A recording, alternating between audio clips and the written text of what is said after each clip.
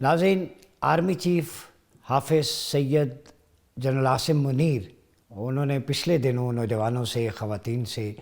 جو خطاب کیا وہ بڑا ہی امپورٹنٹ ہے۔ اس کے انسائٹس تحقیقی طور پہ میں نے خود بھی ایک تحقیق کے اور ریسرچ کے طالب علم کی حیثیت سے دیکھے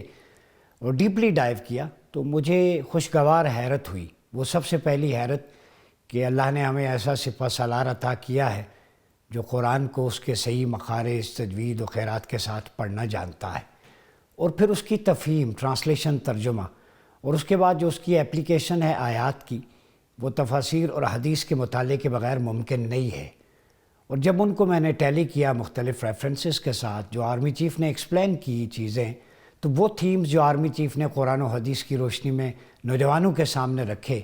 لگتا یوں ہے بلکہ یقین ہے کہ آپ کا مطالعہ بڑا وسیع ہے۔ آپ جب بھی بات کرتے ہیں قرآن و سنت کے رول کے مطابق کرتے ہیں، اور جو خطاب ہوا اس پہ اگر ہم آئیں تو نوجوانوں سے جو خوارج کے حوالے سے آپ نے گفتگو کی، وہ ریفرنسز جو بات آپ نے کی، وہ ریفرنسز میں صرف دینا چاہوں گا کہ آپ دیکھیں کہ آرمی چیف کے پاس وقت تو نہیں ہے حوالے دینے کا، لیکن جو انہوں نے کرکس یا خلاصہ نوجوانوں یا قوم کے سامنے رکھا، خدا گواہ ہے اتنی ڈیپ سٹڈی آج تک نہیں دیکھی۔ اور فرنٹ سے لیڈ کرنے والا سپہ سالار جو نہ صرف عسکری محاذ پر، ملٹری فرنٹ پر جو اپنے جوانوں کی حوصلہ افزائی کر رہا ہے، بارڈر پہ جا رہے ہیں، بلکہ بارڈرز پہ بھی جوانوں کو قرآن کی آیات کی روشنی میں جہاد کا درس دے رہے ہیں، اور اپنے ملک میں نوجوانوں کو فتنے کے خاتمے کا ڈاکٹرائن اور پرامن پاکستان کا ایک نظریہ وہ قرآن و سنت کی روشنی میں پیش کرتے ہیں۔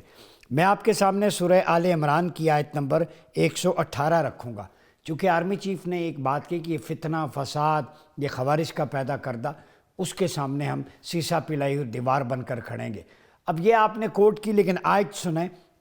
ہو بہو، اس کا میں مطالعے کی انڈورسمنٹ کر رہا ہوں کہ یا ایھا الذین آمنوا لا تتخذوا بطانۃ من دونکم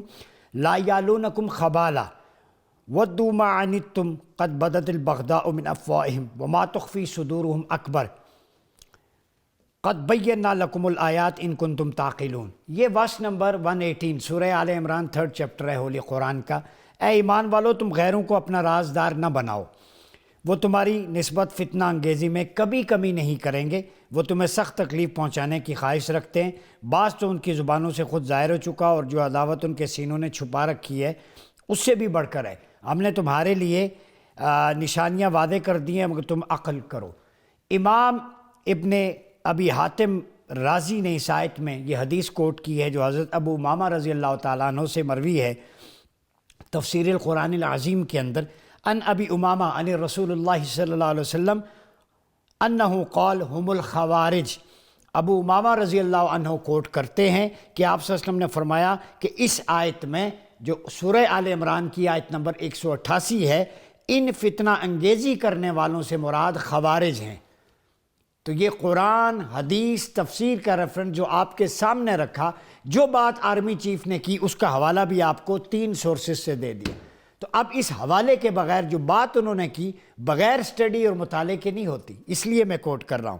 پھر امام قرطبی لکھتے ہیں کہ اس آیت میں جو ہے وہ خوارج سے مراد فساد پھیلانے والوں سے جو دہشت گرد ہے، مکرو اور فریب کرتے ہیں، دھوکہ بازی ترک نہیں کرتے، ان سے مراد خوارج ہیں۔ پھر خوارج اللہ اور رسول سے برسر پیکار ہیں، اس لیے واجب القتل ہیں۔ یہ بھی آرمی چیف نے کوٹ کیا۔ اب یہ سورہ مائدہ کی آیت نمبر 33، انما جزاء الذین یحاربون اللہ ورسولہ ویسعون فی الارض فسادا ان یقتلوا او یصلبوا او تقطع ایدیہم وارجلہم من خلاف او ینفوا من الارض ذلک لهم خزی فی الدنیا ولہم فی الآخرۃ عذاب علیم۔ جو اللہ اور اس کے رسول سے جنگ کرتے ہیں، زمین میں فساد پھیلاتے ہیں، مسلمانوں میں خون ریزی، ڈاکہ زنی کے مرتکب ہوتے ہیں، ان کی سزائے وہ قتل کیے جائیں، پھانسی دیے جائیں، یا ان کے ہاتھ پاؤں مخالف سمتوں سے کاٹے جائیں، اور یا وطن کی زمین میں چلنے پھرنے یا ملک بدر یا قید یا جلا وطن کیے جائیں، تو ان کے لیے رسوائی ہے، ٹھیک ہے، اور ان کے لیے آخرت میں بھی بڑا عذاب ہے۔ ابن عباس رضی اللہ تعالیٰ عنہ نے فرمایا کہ جس نے مسلم آبادی پر ہتھیار اٹھانے اور راستے کو اپنی دہشت گردی کے ذریعے غیر محفوظ بنایا، ٹھیک ہے، تو اس کو یا قتل کرو یا پھانسی دو، چاہے کوئی بھی اذیت ناک سزا دو۔ امام طبری، ابن کثیر، سعید بن مسیب، مجاہد، عطا، حسن بصری، ابراہیم نخعی، دعاق نے بھی اسی معنی کو روایت کیا ہے۔ تو قرآن، سنت، تفاسیر، مفسرین، عبداللہ بن عباس ترجمان القرآن اور دیگر مجاہد، مقاتل، حسن بصری، تابعین کے حوالوں کے ساتھ امت کا اجماع ہے کہ یہ فتنہ پرور گروہ ہے، اس پہ قیامت تک یہ ظاہر ہوتا رہے گا، دجال کے زمانے تک۔ یہ اسٹیٹ کو جب بھی ریٹ کو چیلنج کریں، یا قتل کرو، یا پھانسی دو، یا قید کرو، یا جلا وطن ہو، الا یہ کہ وہ اپنے اس سے پہلے توبہ کر لے۔ تو آرمی چیف نے جو ڈاکٹران نوجوانوں کو دیا وہ بڑا ہی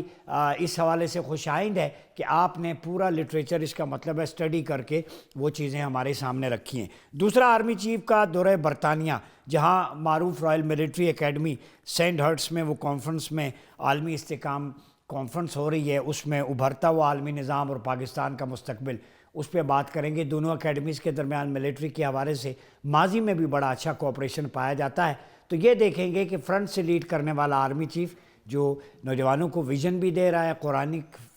جو ورسز کوٹ کر کے بات بتا رہا ہے، اور برطانیہ میں جو پاکستان کے حوالے سے فیوچرسٹک اپروچ کے ساتھ جو کانفرنس ہے وہ کتنی امپورٹنٹ ہے۔